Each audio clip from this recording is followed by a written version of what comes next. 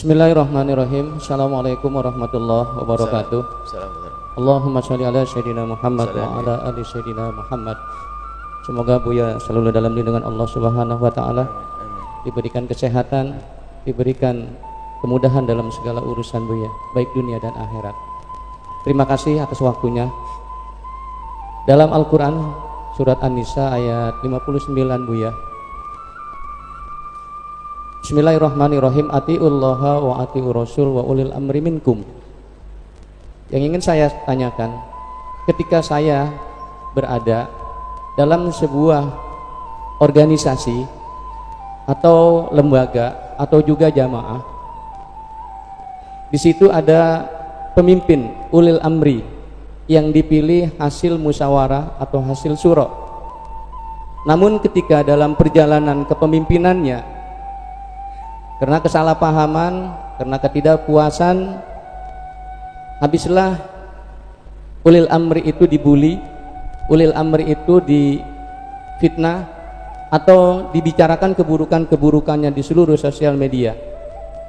Yang ingin saya tanyakan, bagaimana pandangan Islam atau hukum Islam atau Al-Quran terhadap orang yang senantiasa menggunjing atau memberitakan keburukan-keburukan seorang pemimpin yang disepakatinya, dan bagaimana sikap kita atau saya yang berada dalam lingkaran fitnah itu terhadap orang yang senantiasa menyebarkan fitnah atau isu yang tidak baik terhadap pemimpin yang dia pilih tadi.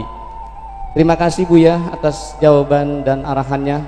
Billahi taufiq wal hidayah. Wassalamualaikum warahmatullahi wabarakatuh. Assalamualaikum warahmatullahi wabarakatuh. Ati Allah wa ati Rasul wa ulil amri minkum. Fa in tanaza'tum fi syai'in farudduhu ila Allah wa Rasuli in kuntum tu'minuna billahi wal yawmil akhir. Patuhlah kepada Allah dan Rasulnya, dan ulil amri itu orang yang mengurusi urusanmu. Termasuk di dalamnya adalah presiden, termasuk di dalamnya adalah bupati, wali kota yang ngurusi urusanmu, atau sebuah kelompok yang memang sudah Anda membuat kesepakatan di dalamnya.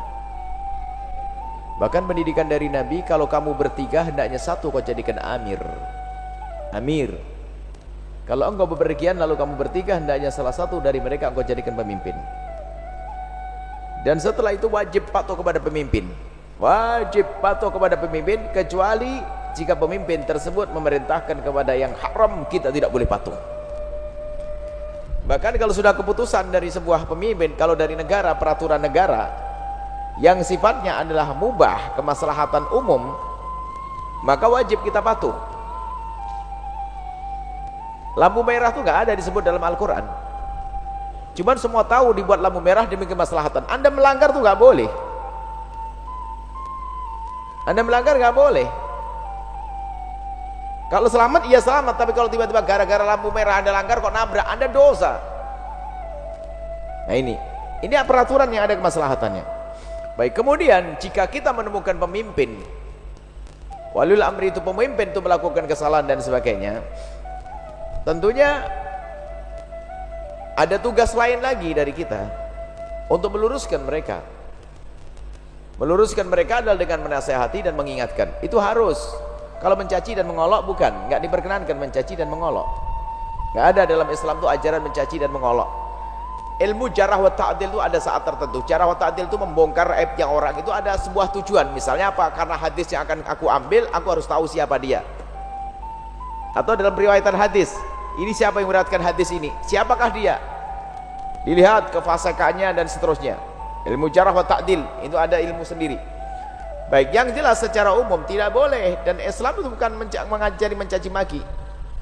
Al-Muslim, seorang mukmin bukan orang yang la'an wala ta'an. Seorang mukmin bukan seorang yang mudah mencaci dan mengolok dan mengutuk, enggak ada itu. Baik, kalau ada pemimpin yang salah, kita wajib mengingatkannya. Nah, mengingatkan itu harus, bukan mencaci. Dengan bermacam-macam cara tentunya mengingatkannya. Apakah dengan surat terbuka dengan bahasa cinta yang indah? Kalau bisa kita ketemu, kalau nggak bisa ya berdoa kepada Allah Subhanahu wa taala. Jangan biasa dengan caci maki.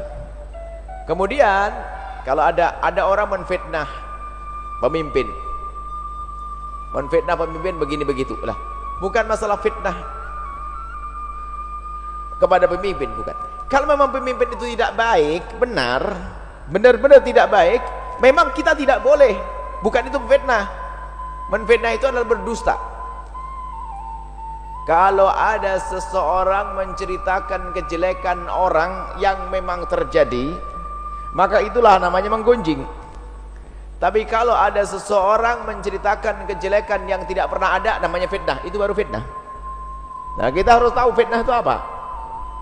Wong menggunjing saja tidak boleh, apalagi menfitnah. Kalau benar menfitnah, ya siapa saja salah, biarpun itu ustaz, ya salah menfitnah.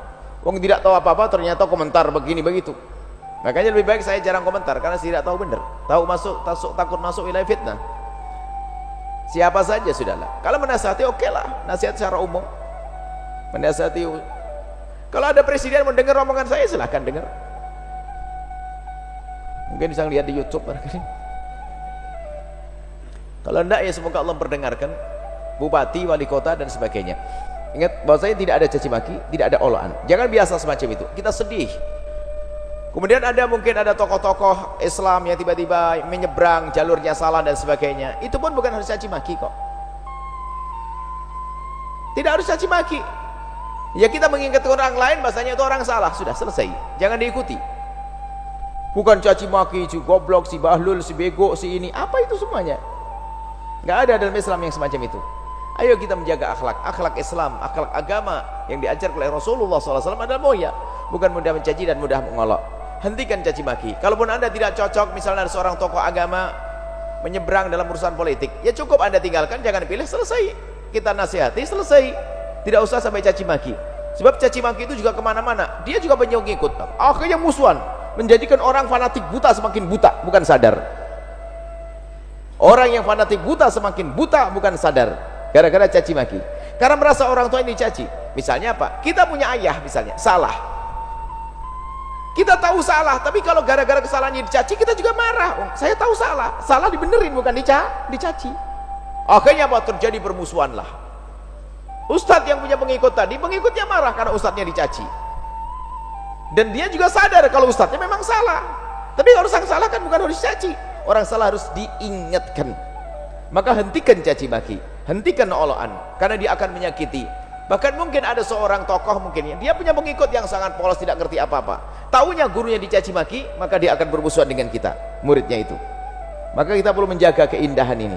Tapi harus tegas menyampaikan, ustadz ini adalah telah salah dalam langkahnya, kiai ini telah salah dalam langkahnya. Sudah sampai di situ. Tidak perlu sampai caci maki, mengatakan salah langkahnya saja sudah cukup. Pahit itu sebetulnya. Atau dia kepleset langkahnya, selesai. Gak usah pakai caci maki, goblok, bego, tolol. Kita sering biasa dengan itu. Cukup salah langkahnya. Dia menyeberang dari jalur kebenaran, selesai. Orang paham, jangan diikuti, jangan dipilih, selesai. Sambil berdoa semoga Allah memberikan petunjuk, mengembalikan ke jalan yang Allah ridhai. Itu selesai.